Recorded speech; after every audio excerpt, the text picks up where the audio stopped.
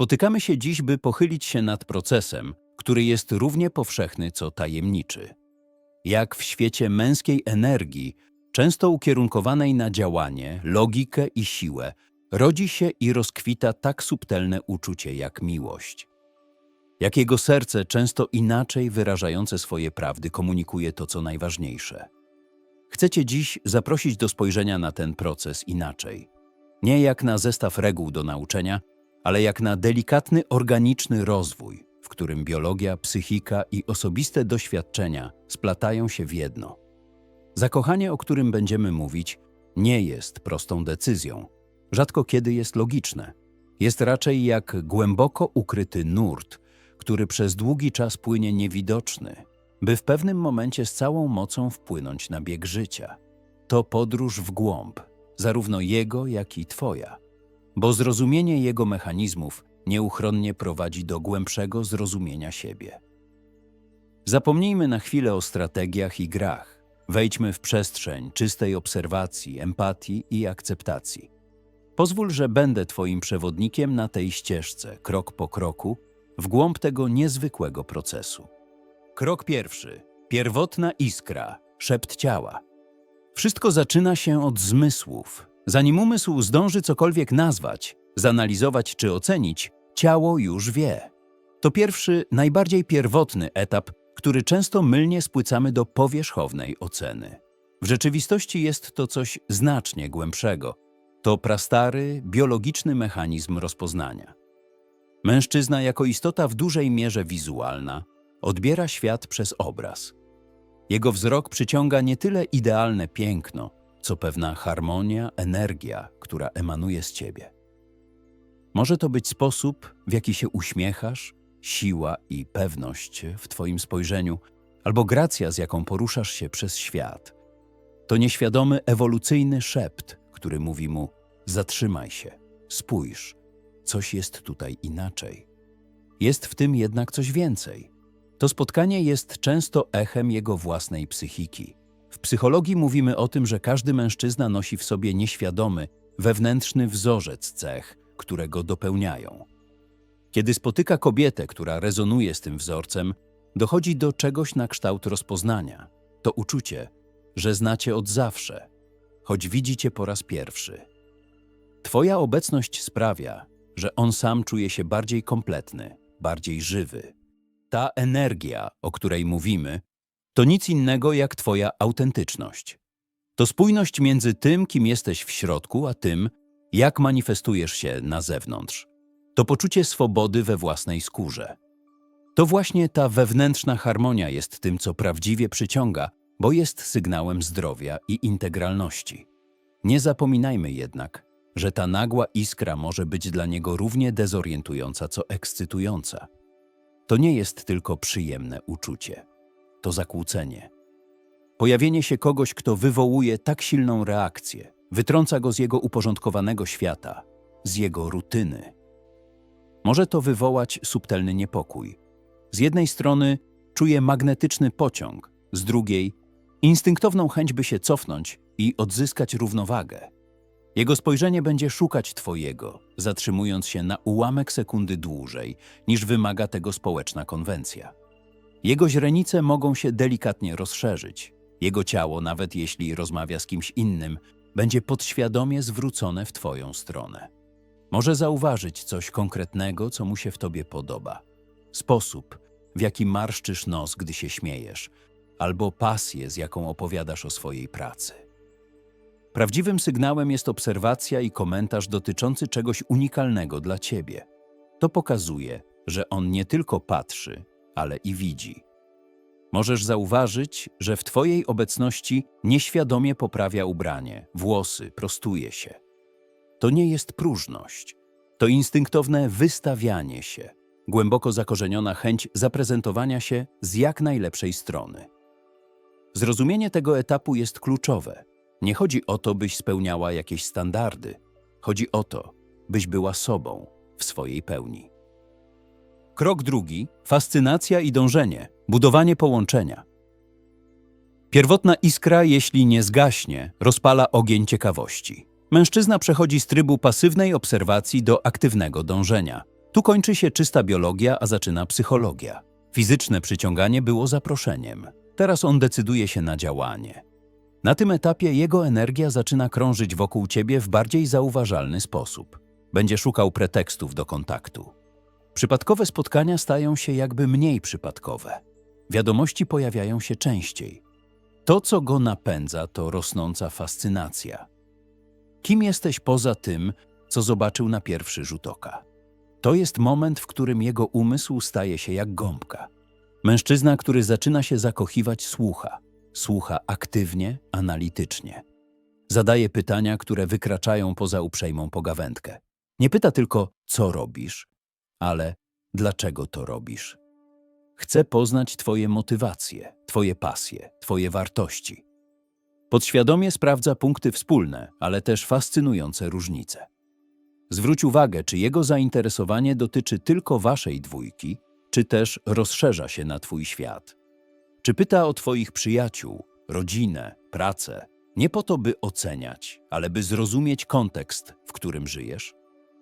To potężny sygnał, że interesuje go cała ty, a nie tylko rola, jaką mogłabyś pełnić w jego życiu.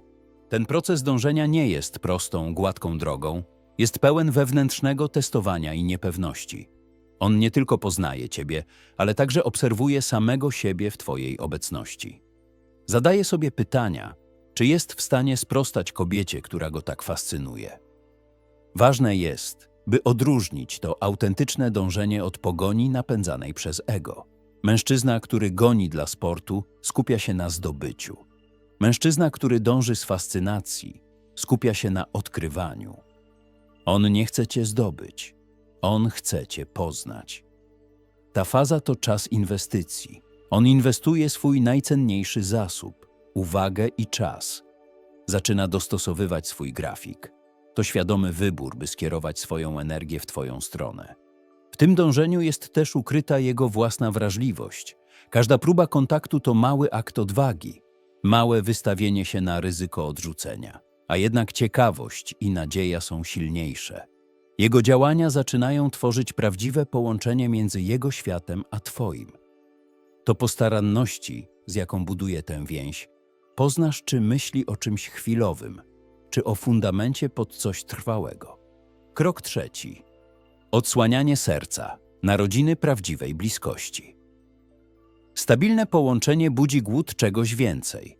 Poza fascynującymi rozmowami i spotkaniami, w mężczyźnie zaczyna rodzić się potrzeba prawdziwej intymności emocjonalnej. To jest punkt zwrotny. Moment, w którym mężczyzna podejmuje ryzyko bycia wrażliwym. Zaczyna zdejmować swoją zbroję. Ta zbroja to nie tylko poza twardziela. To skomplikowana konstrukcja ochronna, zbudowana z lat doświadczeń i ran z przeszłości. To, czym się dzieli, to często jego cień, te części siebie, których się wstydzi, które uważa za słabe. Kiedy on przynosi ten swój cień w światło waszej relacji, jest to akt najwyższej odwagi i zaufania. Pamiętaj jednak, że to odsłanianie się rzadko kiedy wygląda jak scena z filmu. To nie jest potok elokwentnych wyznań.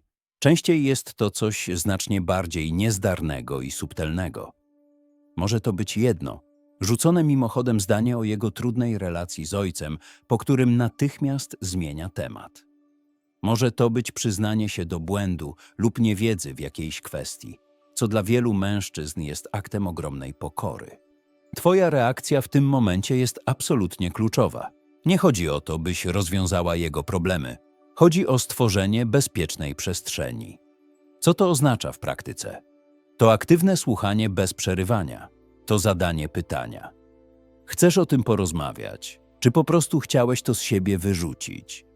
To walidacja jego uczuć, nawet jeśli ich nie rozumiesz, poprzez proste „to musiało być trudne”. To powstrzymanie się od dawania natychmiastowych rad. Kiedy on dzieli się słabością, a ty natychmiast wchodzisz w rolę ratowniczki, wysyłasz mu nieświadomy komunikat. Twoja wrażliwość jest problemem, który trzeba rozwiązać. Prawdziwe wsparcie to pozwolenie mu być w tej wrażliwości, wiedząc, że jest przy nim ktoś, kto go nie oceni. W tej fazie rodzi się prawdziwa bliskość.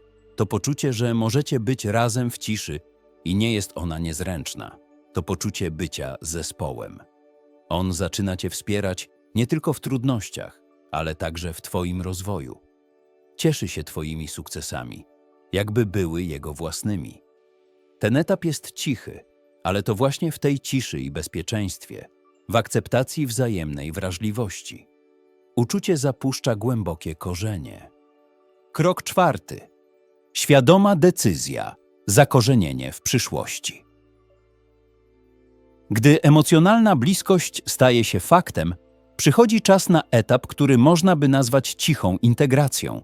Uczucia, które do tej pory były płynne i intensywne, zaczynają się krystalizować w coś znacznie bardziej stałego, w zaangażowanie. To nie jest już tylko kwestia hormonów czy emocji, to świadoma decyzja. Mężczyzna, który dotarł do tego punktu, przeszedł wewnętrzną podróż. Zmierzył się z własnymi lękami przed bliskością, ocenił, czy relacja z tobą wnosi w jego życie wartość i podjął decyzję. Tak, to jest to. Chcę iść w tym kierunku. Ten moment decyzji często poprzedzony jest okresem wewnętrznego wycofania. Może się zdarzyć, że stanie się na chwilę cichszy, bardziej zamyślony. To może budzić niepokój, ale rzadko jest sygnałem utraty zainteresowania. Wręcz przeciwnie. To jest jego sposób na przetworzenie ogromu tej nowej rzeczywistości. On musi w samotności zintegrować ciebie i was ze swoim dotychczasowym poczuciem tożsamości. Kiedy z tego wycofania powraca, często wraca już z nową jakością, z pewnością i spokojem. Jak ta decyzja manifestuje się na zewnątrz? Poprzez spójność i konsekwencje. Kończą się mieszane sygnały. Jego czyny stają się spójne z jego deklaracjami. Zaczyna również aktywnie chronić waszą relację. Może zacząć stawiać granice przyjaciołom lub rodzinie, jeśli ich wpływ jest negatywny. Wasza wspólna przestrzeń staje się dla niego ważna i warta obrony. To w tej fazie zaczyna się prawdziwe planowanie przyszłości. Chodzi o konkretne, namacalne kroki. Zaczyna cię włączać w swoje życie w sposób oficjalny. Przedstawia cię jako swoją partnerkę rodzinie i najważniejszym przyjaciołom. Zaczyna myśleć w kategoriach naszego domu, naszych celów, naszej przyszłości. Ten etap to najmocniejszy dowód na to, że jego uczucia przekroczyły próg zakochania i zmierzają w stronę dojrzałej miłości. To moment, w którym on nie tylko czuje, ale także wybiera. Krok 5. Spokojna rzeka. Partnerstwo w dojrzałej miłości. Nadchodzi w końcu etap, którego wiele par się obawia, a który jest w istocie największym błogosławieństwem. Intensywna, euforyczna burza zakochania powoli cichnie. To nie jest koniec miłości. To jej transformacja w najtrwalszą i najgłębszą formę, w dojrzałe partnerstwo. Na tym etapie miłość staje się praktyką. Jak nauka gry na instrumencie, wymaga codziennej obecności i świadomego wysiłku. Niektóre dni są łatwe, inne trudne, ale zaangażowanie polega na tym, by wciąż, każdego dnia, pojawiać się na tej próbie. W tej fazie rodzi się coś nowego. Trzecia istota. Jest on, jesteś ty i jest wasza relacja. To odrębny byt, który oboje powołaliście do życia i za który jesteście teraz wspólnie odpowiedzialni. Ten etap nie jest wolny od konfliktów, jednak sposób ich rozwiązywania radykalnie się zmienia. Celem nie jest już wygrana, udowodnienie swojej racji. Celem jest zrozumienie perspektywy partnera i znalezienie rozwiązania, które służy dobru relacji. Konflikt przestaje być bitwą, a staje się trudnym, ale koniecznym dialogiem. Mężczyzna, który jest w pełni zaangażowany, nie ucieka od tych trudnych rozmów, stawia im czoła, bo wie, że zdrowie związku jest ważniejsze niż chwilowy dyskomfort. Widzi cię w pełni, z całym twoim światłem i całym twoim cieniem. I kocha obie te strony. Idealizacja ustąpiła miejsca akceptacji. Fundamentem tej fazy jest wspólna historia. Niezliczone małe chwile, wewnętrzne żarty, przetrwane burze i dzielone radości tworzą bogatą tkaninę, która nadaje związkowi unikalną siłę i odporność. Praktyczny wymiar tej miłości staje się kluczowy. To już nie wielkie gesty, ale tysiące małych, codziennych aktów służby i troski. To pamiętanie o zabraniu śmieci, zrobienie herbaty, gdy jesteś zmęczona. Wysłuchanie o twoim trudnym dniu w pracy, nawet jeśli sam jest wyczerpany. To właśnie w tej prozie życia miłość udowadnia swoją siłę. Spadek namiętności, który naturalnie następuje, nie jest porażką, jest ewolucyjną koniecznością. Energia, która była skupiona na tworzeniu więzi, teraz może zostać przekierowana na wspólne budowanie i podtrzymywanie życia. Prawdziwym wyzwaniem i sztuką na tym etapie jest świadome pielęgnowanie intymności, bliskości, przyjaźni, wzajemnego zaufania i ciekawości siebie nawzajem. Mężczyzna w dojrzałej miłości staje się twoim partnerem, w najpełniejszym tego słowa znaczeniu. Jest twoim sprzymierzeńcem, twoim powiernikiem, twoim najwierniejszym kibicem. Jego miłość nie jest już burzliwym oceanem, ale spokojnym, głębokim nurtem, który pewnie i niezmiennie płynie, niosąc was oboje przez życie. Dynamika pod powierzchnią. 3 niewidoczne siły. Zanim przejdziemy do ostatniego, 6. kroku, zatrzymajmy się na chwilę, by zajrzeć jeszcze głębiej. Poza tymi widocznymi etapami pod powierzchnią działają 3 potężne, niewidoczne siły, które kształtują jego podróż. Zrozumienie ich może rzucić światło na te momenty, które wydają się najbardziej mylące. Pierwsza siła – lęk przed pochłonięciem versus lęk przed porzuceniem. To fundamentalna dynamika w każdej bliskiej relacji. U mężczyzn, szczególnie tych ceniących niezależność, lęk przed byciem pochłoniętym przez relacje, utratą siebie, swojej wolności i tożsamości jest bardzo silny. Ten lęk wyjaśnia wiele zachowań typu przyciąganie i odpychanie. Zdarza się, że po niezwykle intensywnym, bliskim weekendzie mężczyzna nagle potrzebuje więcej przestrzeni. Staje się bardziej zdystansowany, zajmuje się swoimi sprawami, odpisuje z opóźnieniem. Łatwo zinterpretować to jako utratę zainteresowania. W rzeczywistości często jest to jego nieświadomy mechanizm regulacji. Jego system nerwowy, przeciążony bliskością, potrzebuje wrócić do siebie, odzyskać poczucie autonomii, zanim będzie gotów na ponowne zbliżenie. To nie jest odrzucenie ciebie, ale próba ocalenia siebie. Zrozumienie tego pozwala nie reagować paniką, ale dać mu tę przestrzeń, wiedząc, że jest ona niezbędna dla zdrowia relacji. Druga siła – nieświadome testowanie bezpieczeństwa. Gdy mężczyzna zaczyna czuć się naprawdę zaangażowany, a jednocześnie przerażony tym, jak bardzo mu zależy, może nieświadomie testować siłę waszej więzi. Należy to jasno odróżnić od świadomej manipulacji czy braku szacunku, które są niedopuszczalne. Mówimy tu o subtelnych, nieuświadomionych zachowaniach.